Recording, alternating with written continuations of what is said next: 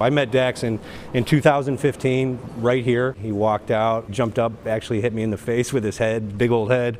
Busted my lip open. We just clicked from the start. It's hard to describe the bond between the two. Out there on the street, I mean, everybody knows John and Dax. At the hip, every day for the last 4 years.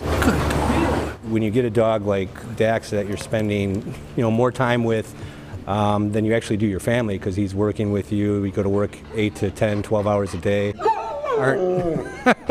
With him, it was just something, and I always say that he's special. And I've seen, thousands of dogs, but he really is, because we had a good relationship right from the start.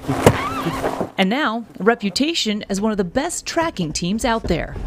I've never seen a dog track the way that Dax does. Finding more people than perhaps any dog around. And in all the years I've been doing this, I've been doing it for 25 years where I've been working with dogs.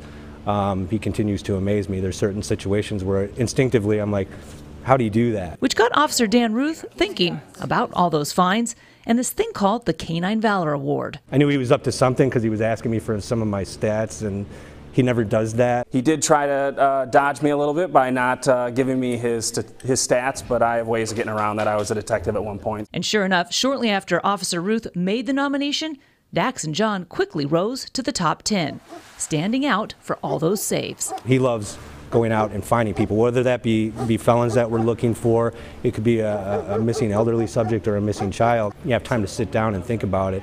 It's really something that's awe-inspiring, where it keeps you going too, where it makes you realize how special he is. It will be weeks before we know if Dax and John win the 2019 Canine Valor Award. But if you ask the guy he spends pretty much every minute with, He's my best friend. Dax was always his top dog. If you want to cast your vote for Dax online, you have just until midnight tonight. We're going to post a link along with this story on WGN-TV.com.